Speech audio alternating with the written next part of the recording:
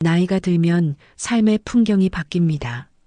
젊을 때는 약속이 많을수록 마음이 든든했고 주말마다 모임에 나가야 외롭지 않다고 생각했습니다.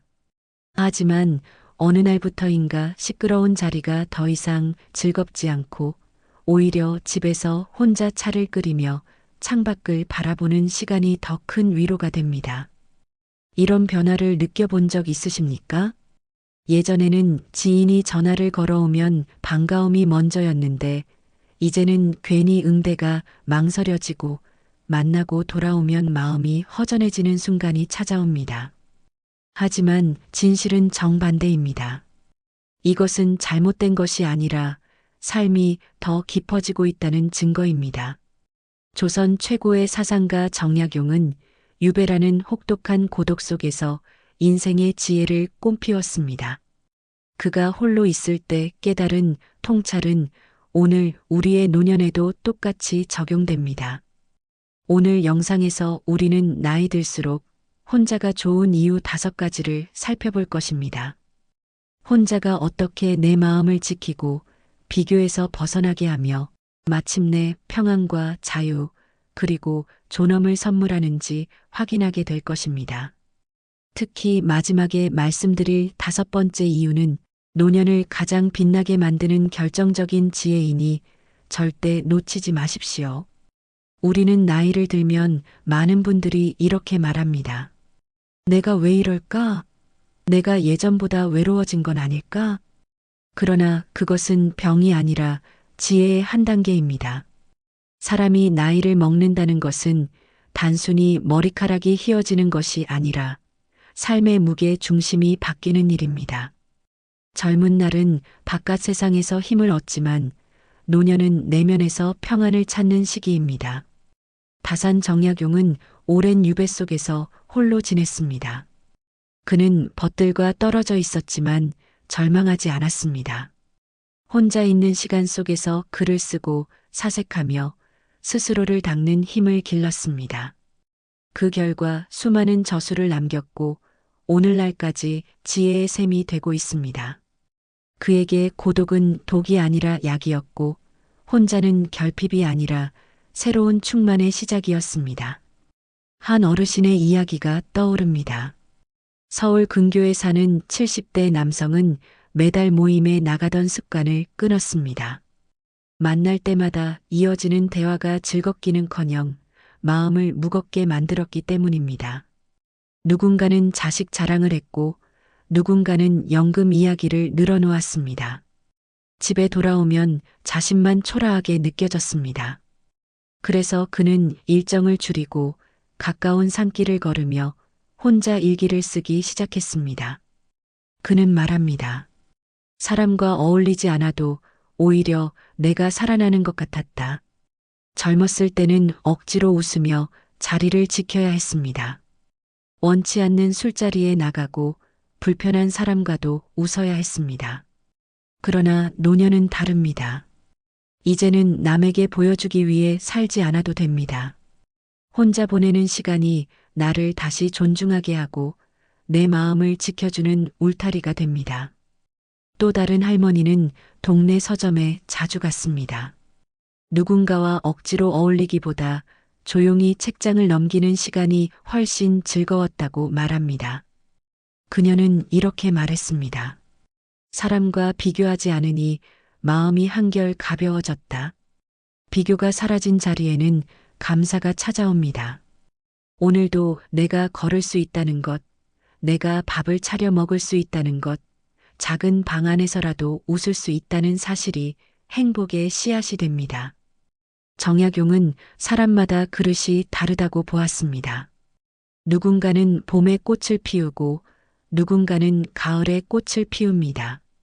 중요한 것은 남보다 빨리 피느냐, 늦게 피느냐가 아니라 결국 모두 꽃을 피운다는 사실입니다. 따라서 혼자는 남의 속도에 휘둘리지 않고 나만의 리듬으로 삶을 살아가게 합니다.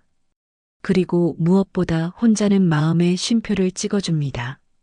끝없이 이어지는 대화, 피곤한 모임, 남의 눈치를 보느라 지친 마음은 고요를 필요로 합니다. 정약용은 말했습니다. 마음이 잔잔해야 만사가 다스려진다. 혼자 있는 순간은 그 잔잔함을 회복하는 시간입니다. 음악에서 쉼표가 있어야 멜로디가 살아나듯 인생에서도 쉼표가 있어야 삶이 다시 울림을 가집니다. 한 어르신은 친구 모임 대신 작은 텃밭을 일구었습니다. 그리고 손주에게 줄 동화를 쓰기 시작했습니다.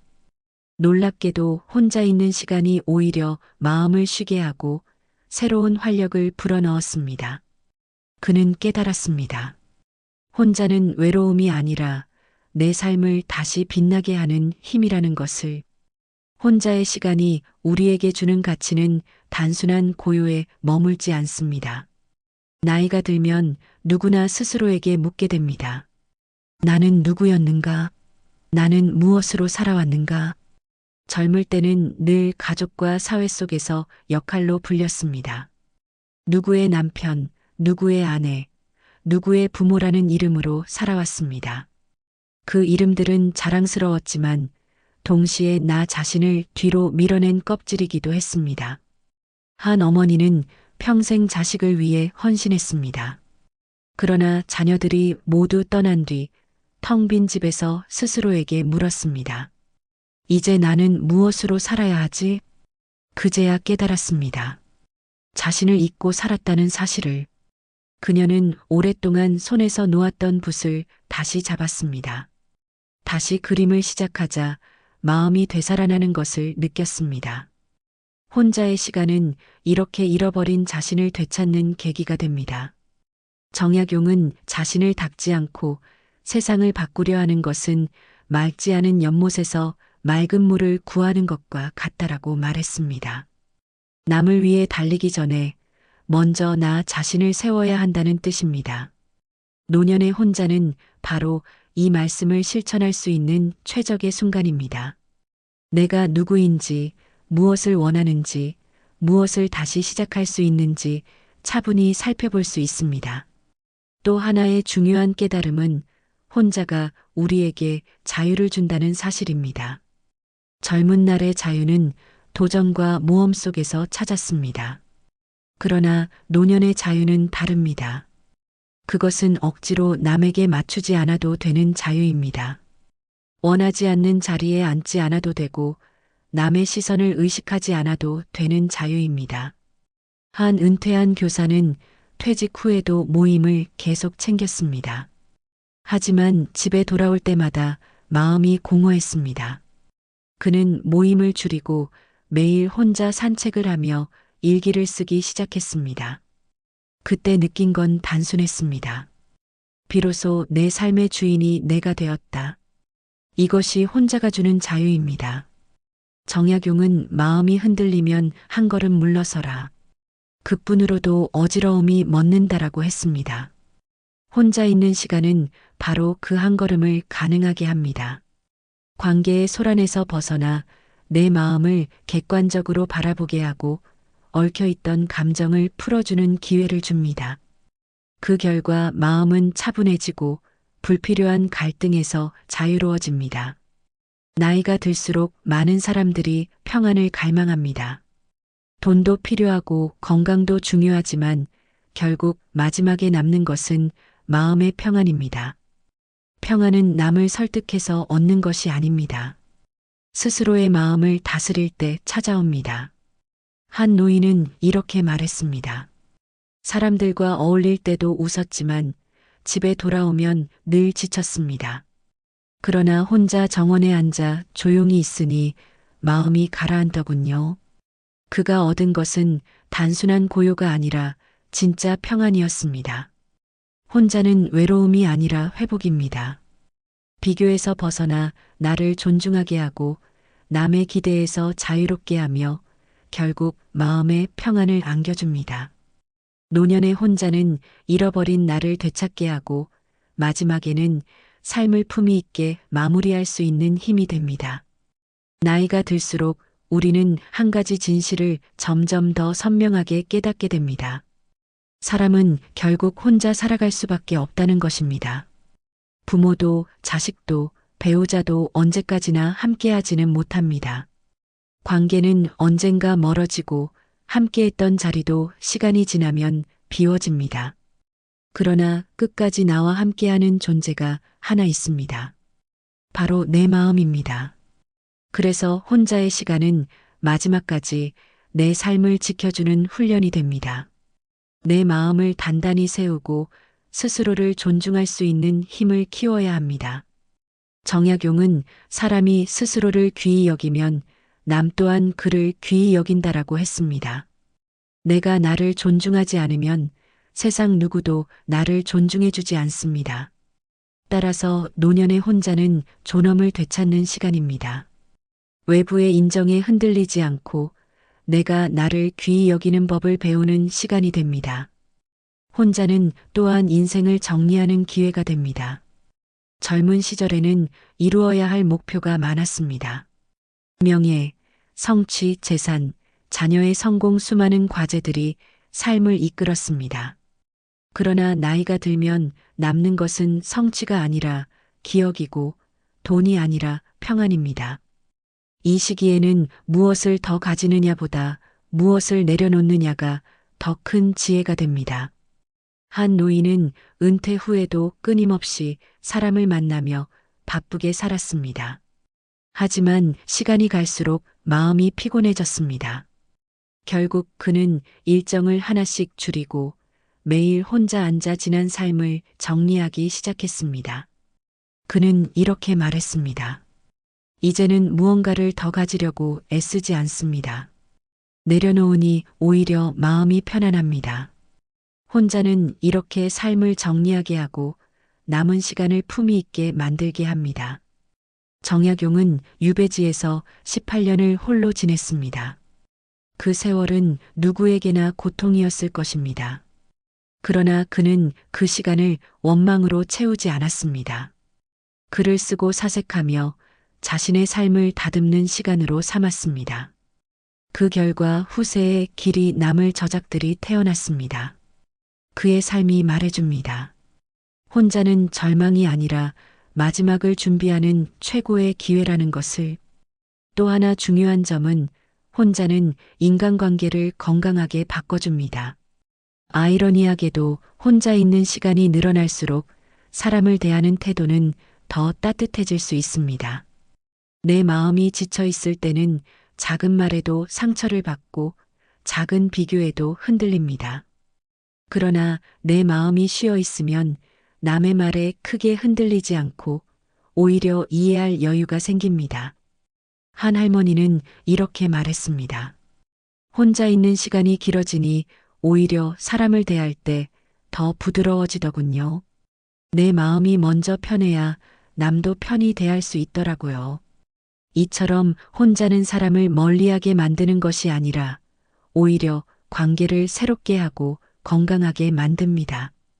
정약용은 마음이 고요하면 만사가 다스려지고 욕심이 많으면 혼란만 더해진다라고 했습니다. 혼자는 바로 이 고요를 회복하는 시간입니다. 고요한 마음은 타인을 더 깊이 이해하게 만들고 갈등 대신 평화를 선택할 수 있게 합니다.